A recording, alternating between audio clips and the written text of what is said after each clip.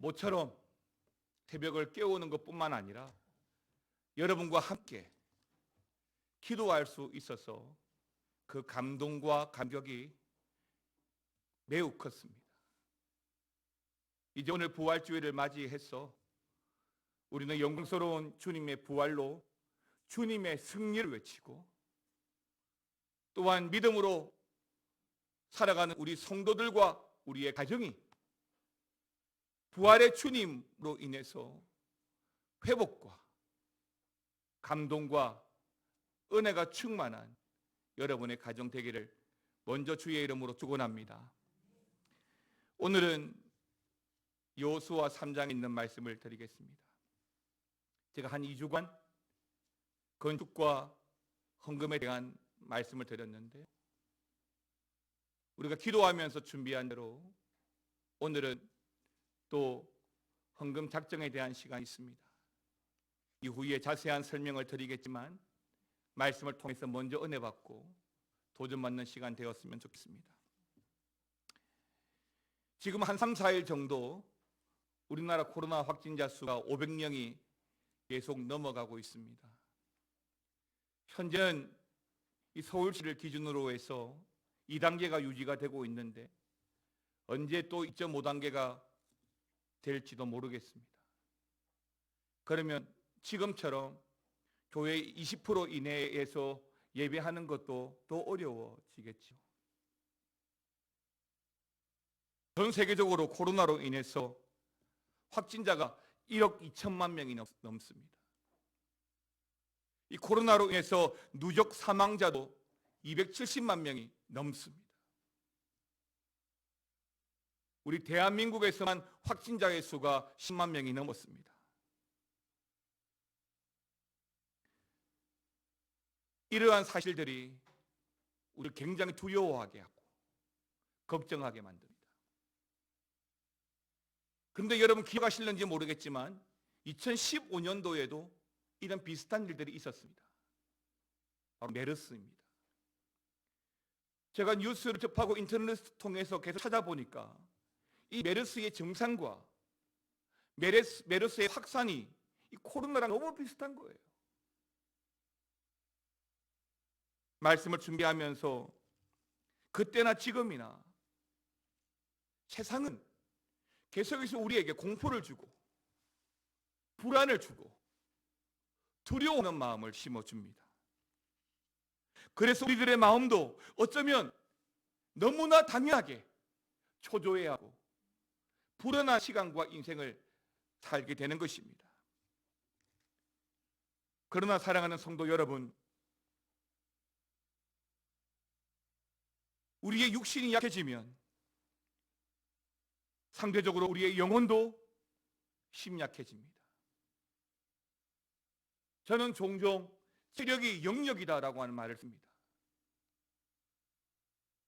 몸이 건강해야 기도할 수 있고 몸이 건강해야 충성도 마음대로 할 수 있는 거예요. 마음은 원일지라도 내 몸이 연약하면 기도하는 일도 헌신하는 일도 쉽지가 않아요. 그러나 그럴 때일수록 우리는 우리의 소망 대신 인류의 소망 대신 예수 그리스도를 바라보아야 할 것입니다. 사도 바울은 선교사로서의 그의 사역을 감당함에 있어서 그가 지금의 자기가 되어진 것은 오직 한 가지 하나님의 부르심과 또한 인류의 소망 되신 예수 그리스도를 붙잡았기 때문이라고 말씀합니다. 디모데전서 1장 1절 말씀을 통해서 구주 하나님과 우리의 소망 되신 예수님의 명령을 따라 사도가 되었다라고 말씀하고 있습니다. 우리의 소망은 예수밖에 없어요. 여러분, 세상의 소망을 두시면 안 됩니다. 예수가 우리의 소망입니다. 우리의 탈출구는 오직 예수밖에 없어요. 이제는 그 소망 되신 예수님을 우리 마음에 깊이 품고 주님이 허락하신 참 평안을 누리시고 살아가는 저와 여러분 되시기를 간절히 바랍니다. 오늘 우리가 함께 읽었던 본문 여호수아는 모세의 인도로 40년 광야를 주님의 은혜 가운데 지나왔고, 이제 요단강을 마주한 모압 평지에서 모세는 그의 40년간의 사명을 다하고 홀로 느보산으로 올라가 버리게 됩니다. 이제 오늘 본문에서는 그 모세는 없고 여호수아가 광야 행전의 두 번째 리더로서 요단강을 건너 40년 전 모세에게 약속하신 약속의 땅 가나안으로 들어가기만 하면 되는 것이죠. 그런데 바로 그 순간에 그 여호수아나 또 함께 광야 여정을 보내왔던 이스라엘 백성들은 40년 광야 생활을 뒤로하고 약속의 땅으로 들어가기 위한 어떤 준비가 되어 있을까요? 오늘 그 말씀을 함께 나누기를 원하는데, 첫 번째는 여기서 여호수아의 고민을 볼 수가 있다는 것입니다. 여러분 3장 1절 말씀을 같이 한번 읽겠습니다. 또 여호수아가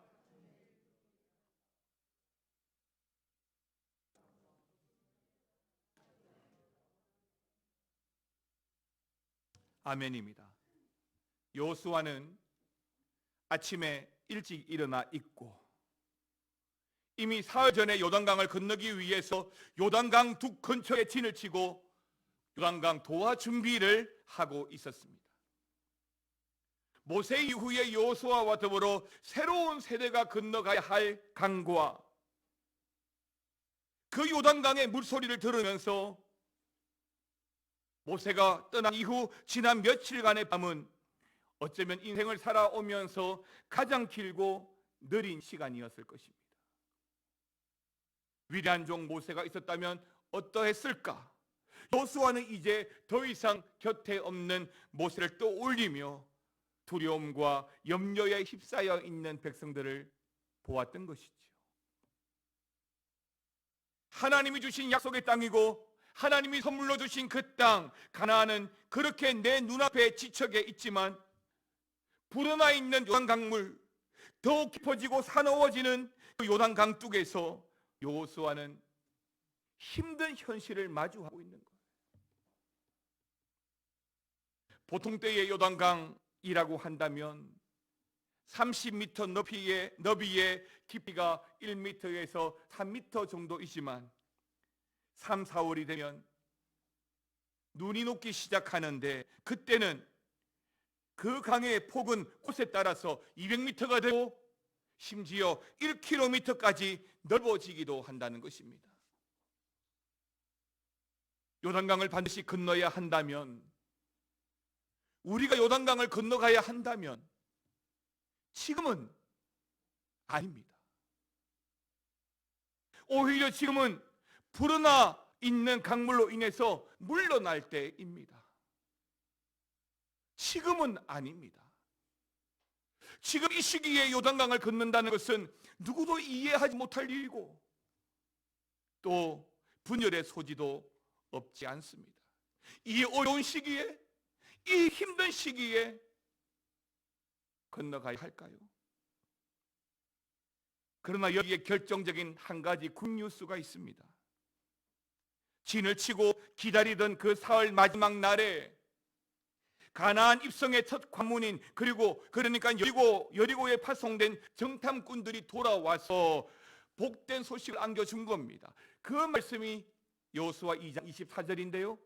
같이 한번 읽어보겠습니다. 또 여호수아에게 이르되 진실로 여호와께서 온 땅을 우리 손에 두셨으므로 그 땅의 모든 주민이 우리 앞에서 간담이 녹더이다 하더라. 아멘입니다. 진실로 여호와께서 그 온 땅을 이스라엘 자손들에게 주셨더라. 현실에 거친 물소리가 있고, 그러나 강 건너편에서 들려오는 복된 소리를 여호수아는 듣게 된 것이죠. 사실 이 소식을 들으면서 아마 여호수아는 약 40년 전 갈렙과 함께 먼저 가나안 땅을 정탐하고 그 시간을 추억했을 것입니다. 그러나 그에게 그것은 뼈저린 상처로 남아있죠. 여호수아와 갈렙이 보고했던 가나안 정탐 보고는 이스라엘에게 철저하게 무시가 되고, 도리어 함께했던 나머지 10명의 그 부정적인 보고에 의해서 이스라엘 모두의 마음은 무너지고 결국 가나안 지척에 왔었지만은 돌아서야 했기 때문이죠. 그 결과 지금 이미 들어가 있어야 할 그 가나안 땅에 그때로부터 38년이 지난 지금도 여전히 들어가지 못하고 가나안이 보이는 요단강 뚝 앞에 자리하고 있는 것입니다. 두 번째로 준비해야 될 것은 언약궤입니다. 항상 언약궤가 앞서가야 합니다. 여호수아는 이제 지난 날들의 실수를 뒤로하고 또다시 정탐꾼들의 믿음의 보고가 또 주어진 현실 때문에 외면당한다면, 무시당한다면 세월이 100년이 흐르고 1000년이 지난다 할지라도 결코 이스라엘의 새로운 세대가 가나안 땅에 들어갈 수가 없을 것입니다. 놀랍고 감사한 것은 지금 요단강 뚝에 모여있는 여호수아와 새로운 이스라엘 백성들은 모세 시대에 불순종했던 앞선 그들의 조상들과는 달랐습니다. 그들은 이제 요단강을 건너갈 준비가 되어 있습니다. 2절 말씀처럼 그러니까 관리들, 여호수아를 따르는 지도자들과 더불어 그들은 요단강 도하를 그렇게 준비하고 있었습니다. 여러분 3장 14절 말씀도 같이 한번 읽어보겠습니다. 백성이 요단을 건너려고 자기들의 장막을 떠날 때에 제사장들은 언약궤를 메고 백성 앞에서 나아가니라. 이제는 요단강을 건너가야 합니다. 그러나 세상적인 방법으로, 인간적인 방법으로는 건너갈 수 없습니다. 결코 성공할 수 없습니다. 또 그렇게 건너가서도 아니 됩니다. 요단강을 건너기 위해서는 반드시 언약궤가 있어야 합니다. 하나님 임재의 상징인 언약궤가 핵심입니다. 그런 요단강을 건너려면 그 언약궤와 또 더불어 또 어떤 순서가 있어야 될까요? 이 14절에 보니까 제사장들이 언약궤를 메고 들어가야 합니다. 그리고 언약궤를 맨 제사장들이 먼저 요단강에 발을 내딛어야 합니다. 언약궤를 맨 제사장들이 제일 먼저 발을 담그는 것입니다. 사랑하는 성도 여러분, 그렇다면 왜 하나님께서는 요단강을 건너며 왜 언약궤를 선두에 서게 하시는 걸까요? 오래전 40년 전 출애굽할 때처럼 바닷가에서 동풍을 부르고 모세의 손에 막대기를 쥐어주며 홍해를 가르고 물살을 헤쳐나가게 했던 것처럼 지금은 이 여호수아에게 왜 그 능력의 막대기를 주지 않으실까요? 여호수아의 하나님과 모세의 하나님이 다르신 건가요? 여기서 한 가지 우리가 생각해야 되는 것이 있습니다. 우리가 직면하는 현실이 40년 전이나 지금이나 어제나 오늘이나 크게 다르지 않고 변하지 않고 마치 반복되어지고 너무나 비슷하다는 느낌이 있다 할지라도 하나님의 인도하심에는 그때마다 그 방법들이 다르게 나타났다는 것을 우리는 알아야 합니다. 하나님의 일하심을 쉽게 단정하시면 안 된다는 겁니다. 하나님이 이렇게 일하실 거야, 하나님은 저렇게 하실 거야 라고 단정하실 수 없다는 겁니다. 다만 우리는 이렇게 저렇게가 아니라 하나님이 일하실 거야, 하나님이 도우실 거야, 하나님께서 역사하실 거야, 그 믿음이 필요한 것이죠. 중요한 것은 하나님의 언약궤를 먼저 메고 간다는 것은 광야 행전, 즉 이전에는 불기둥 구름 기둥으로 광야에서 인도하신 하나님께서 이제는 언약궤를 통해, 즉 말씀과 언약을 통해서 우리를 이끌어 가신다는 것입니다. 물론 그 내용도 하나님께서 우리와 함께 하심이지만, 하나님의 역사라 할지라도 지난날 40년 전, 어제 하나님께서 역사하셨던 우리의 경험을 의지하지 않고 매 순간순간마다 언약궤를 잡고 하나님의 말씀을 의지하면서 순종하기를 원하신다는 것을 여러분들은 아셔야 합니다. 우리가 교육관 건축을 앞두고 있는 것도 하나님께서 말씀을 통해서 우리가 순종하기를 원하시는 거예요. 그래서 지난 한 달 전부터, 지난 일주일 전부터 우리는 말씀 앞에 무릎 꿇고 그 말씀을 붙잡았다는 것이죠. 마지막 세 번째로, 가나안 땅은 더 깊은 십자가의 길로 나아가는 것입니다. 여러분, 4절 말씀을 같이 한번 읽겠습니다.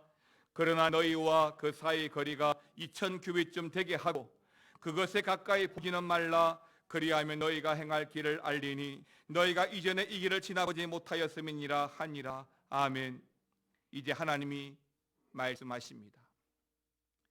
요단강을 건너가는 길, 그리고 가나안의 모든 길을 내가 잘 안다.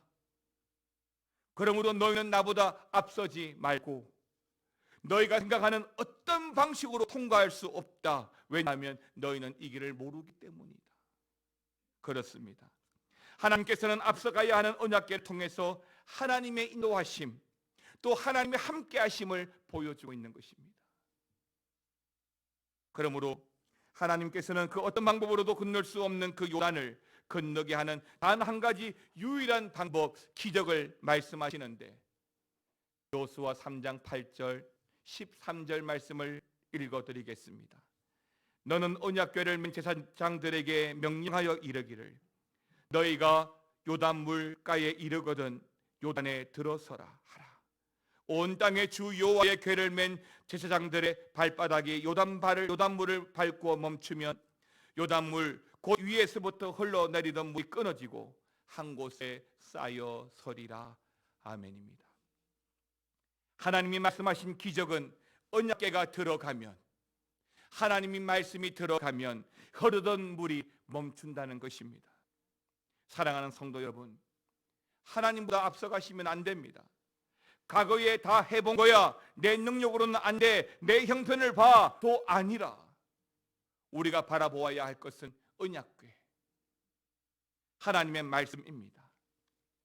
그 하나님의 말씀이 앞서갈 때 우리는 순종하고 따라가면 약속의 땅, 축복의 땅 가나안에 들어서게 되는 줄 믿습니다. 여러분, 푸르나 사납게 흘러가는 또 깊고 깊은 요단강 물이라 할지라도 하나님이 도우시면 어떤 것도 가로막을 수가 없습니다. 그러나 가나안 땅은 분명 우리에게 약속의 땅으로 주어졌지만 천국이 아닙니다. 가나안 땅에도 이방 민족이 있고 가나안 땅에는 더더욱 이방의 우상들이 넘쳐나 있습니다. 어쩌면 광야보다 더 치열한 영적 전쟁의 현장입니다. 그러나 하나님이 주신 땅입니다. 그러나 하나님이 함께 하신다고 하셨으니 염려될 것은 무엇이고 두려울 것은 또 무엇이겠습니까? 여호수아는 지금 어느 때보다도 주님을 바라봅니다. 약속의 땅이요, 선물로 받은 땅이요, 축복의 땅이었지만 영적 전투를 치루어야 할 십자가의 길이기 때문에 여호수아는 더더욱 주님을 의지합니다. 아마 여호수아의 마음에는 그런 마음이 있을 거예요. 모세가 떠나고 없습니다. 요단강을 건너는 것도 힘들고 첫 리더로서 어려운 과제가 아닐 수 없는데 약속의 땅 가나안에 들어가도 적과 꿀이 흐르기는커녕 여전한 전쟁과 위기를 경험할 수밖에 없기 때문에 내가 어떻게 이걸 감당할 수 있을까?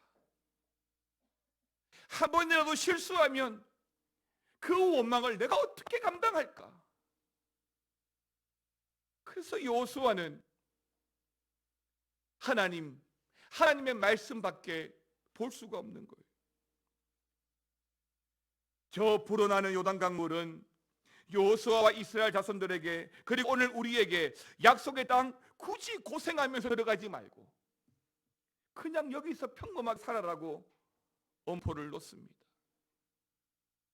그러나 하나님은 이 치열한 영적 전투의 현장에서 우리가 반드시 승리할 것이고, 그것을 확정해 주시기 위해서 언약궤를 통한 하나님의 인도와 임재를 보여주시는 것입니다. 사랑하는 성도 여러분, 우리 교회 교육관 건축과 건축공사 작정이라는 요단강을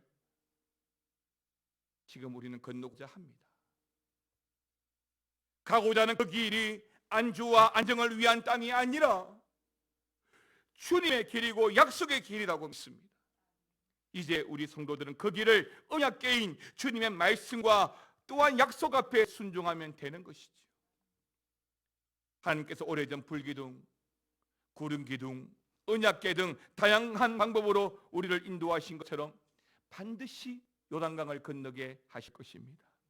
부르나는 요단강물이 아니라 부르나는 주님의 은혜 가운데 우리의 인생이 통과하고 교육관 건축이 완공되는 감동을 기대하며, 또한 우리 교회 통해서 하나님의 놀라운 일들이 일어나고, 우리의 기도문처럼 교육관과 우리 교회 안에 많은 젊은이들의 소리와 또 이곳을 통하여 영적 자양분을 얻은 많은 세대들이 복음의 가치를 선포하는 그 현장이 될 것입니다. 거친 물소리는 어느 경우에 우리 하나님의 목소리보다 훨씬 크게 들리고, 우리를 아직도 건너지 못한 채 여전한 광야의 어느 길에 세워놓고 있지만, 그러나 앞서가시는 언약궤가 요단강을 우리를 인도해 가시듯이 오늘 말씀 의지하고 주님 바라보면 일하시는 주님이 불어난 요단강물을 막고 우리를 건너가도록 도우시는 하나님을 만나게 될 것이라고 믿습니다. 여러분, 오늘 주님 오신다 하더라도 오늘까지 역사하는 마귀의 방해를 우리는 막을 수 없습니다. 그러나 주님이 막으시라고 말씀합니다.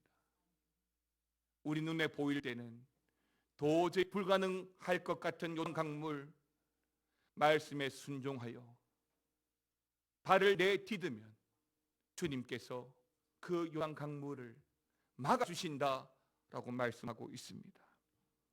요단을 중심으로 요단을 건너가기 전과 건넌 후는 엄청나게 다릅니다.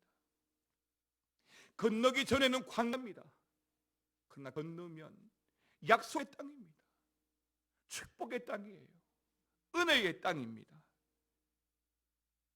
이제 믿음으로 작정하고 순종하여서 요단강을 함께 건너가고 약속의 땅으로, 축복의 땅으로 나아가는 저와 여러분들 되시기를 우리 주님의 이름으로 축원합니다. 우리 함께 찬양을 드리겠습니다.